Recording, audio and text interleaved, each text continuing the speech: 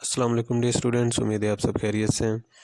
Officer grade 3 ZTBL के interviews complete हो गए हैं और अब आपके ऑफ़र लेटर्स इशू होंगे और ऑफ़र लेटर्स इशू होने के बाद डेफिनेटली आपने ज्वाइन करना है ZTBL।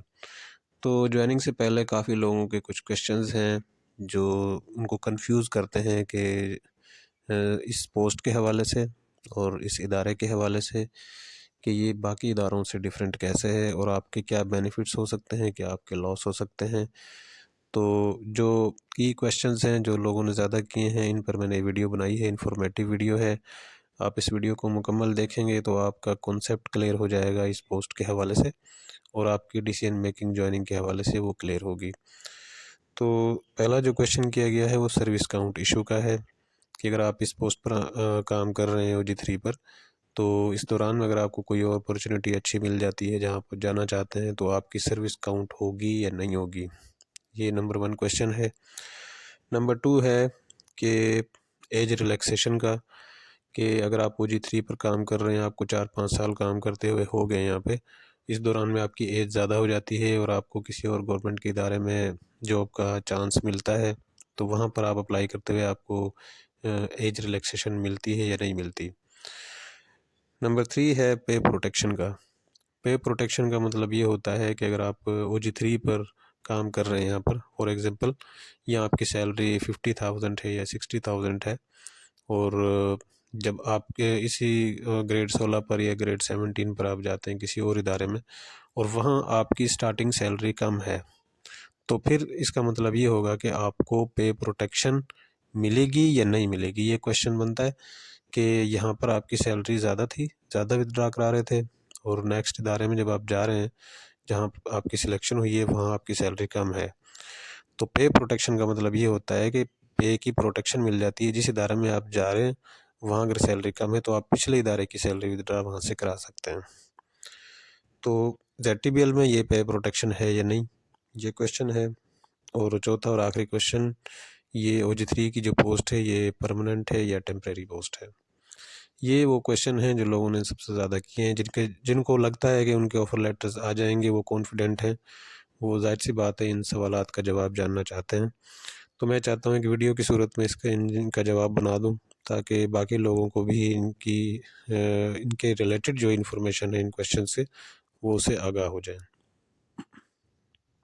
पहला जो क्वेश्चन है सर्विस काउंट इशू का, देखें अगर आपने ZTBL में सर्व किया है 4-5 साल और आप किसी और इदारे में जाना चाहते हैं, आपको ये जो सर्विस है वो आपकी काउंट वहाँ पर नहीं होगी।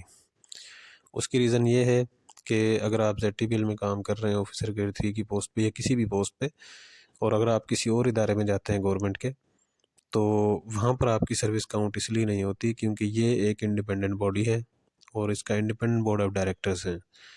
नंबर 2, ये जो एम्प्लॉइज़ हैं ये गवर्न किए जाते हैं इनके अपने स्टाफ रेगुलेशंस के तहत, जबकि सिविल सर्वेंट एक्ट 1973 वो कुछ और है, उसके तहत इसमें एम्प्लॉइज़ की गवर्नेंस नहीं होती। और नंबर 3 जो है ये अपनी सैलरीज खुद बनाते हैं, इनका DDO इंडिपेंडेंट है, जबकि AGPR से ये लोग विथड्रॉ नहीं करते अपनी सैलरीज। तो ये रीज़न्स हैं कि अगर आप ZTBL में ऑफिसर ग्रेड 3 की पोस्ट पर काम कर रहे हैं तो आपकी जितनी भी सर्विस होगी वो नेक्स्ट किसी भी गवर्नमेंट के इदारे में काउंट नहीं होगी। ठीक है। तो नंबर 2 एज रिलैक्सेशन का है। एज रिलैक्सेशन का मतलब मैं ऑलरेडी आपको बताया है कि अगर आप की एज ज़्यादा हो गई, यहाँ पर आपने 5-6 साल सर्व किया है, तो आपको दूसरे इदारे में अप्लाई करते हुए एज की रिलैक्सेशन मिलती है नहीं मिलती। अगर आप यहाँ से NOC ले लेते हैं, थ्रू प्रॉपर चैनल जाते हैं, तो फिर आपको NOC मिलती है या नहीं मिलती, एज रिलैक्सेशन सॉरी मिलती है नहीं मिलती।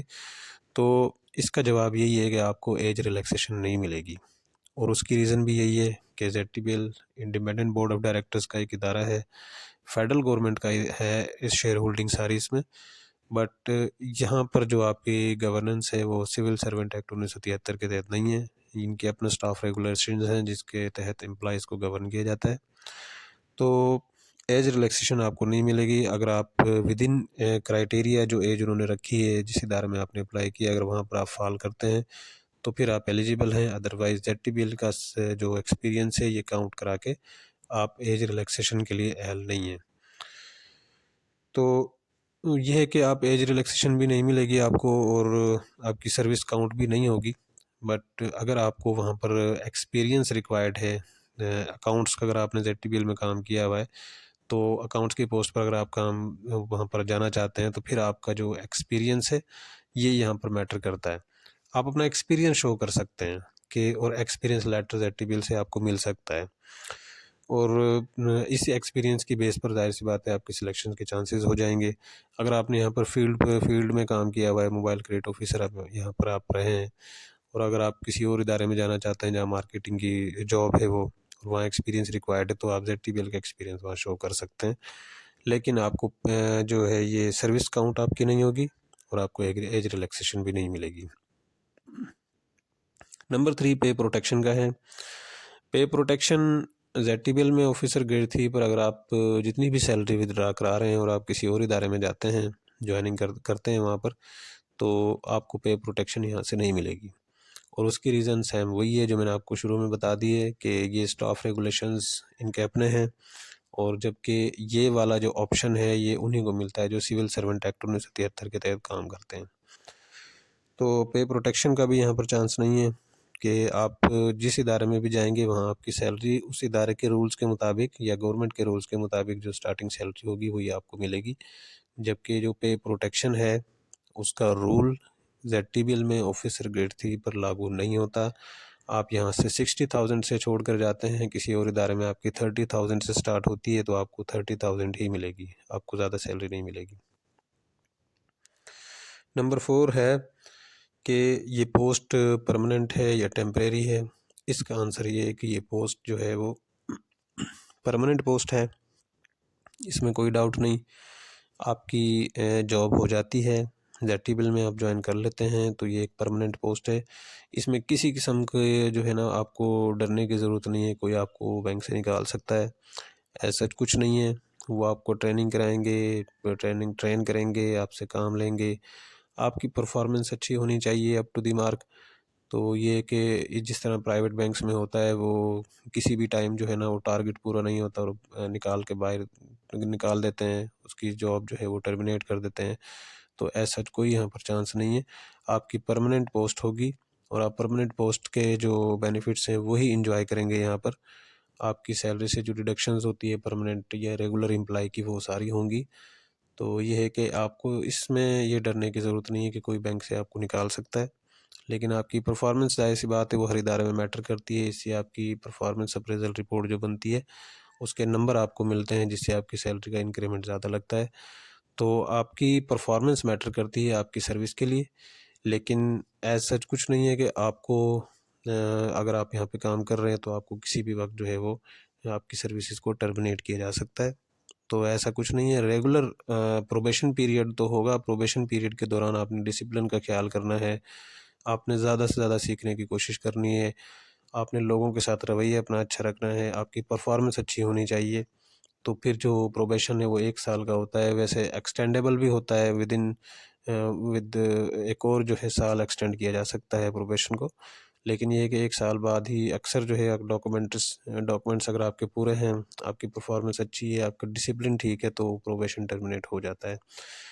तो ये है कि रेगुलर पोस्ट है, प्रोबेशन के दौरान आपने ख्याल करना है कुछ चीज़ों का। प्रोबेशन टर्मिनेट होने के बाद आपकी जो पोस्ट है वो बिल्कुल प्योरली रेगुलर है और परमानेंट पोस्ट है, तो आपको इसमें इस तरह के इश्यूज़ नहीं होते जिस तरह बाकी बैंक्स में लोग फेस करते हैं। तो ये वो क्वेश्चंस हैं, इनके आंसर मैंने देने की कोशिश की है इस वीडियो में। अगर आपके जहन में फिर भी कोई कन्फ्यूजन है तो आप कमेंट सेक्शन में पूछ सकते हैं ताकि आपका जो है मज़ीद कॉन्सेप्ट इसके इनके क्वेश्चंस के हवाले से या इस पोस्ट के हवाले से क्लियर हो।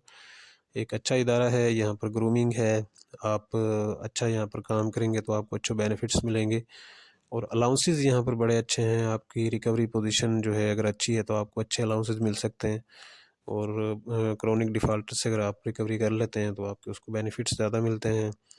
मैंने आपको ऑलरेडी कई दफ़ा बताया है कि यहाँ पर पेट्रोल सीलिंग भी है और भी अलाउंसेस होते हैं जो कि सैलरी से ज़्यादा।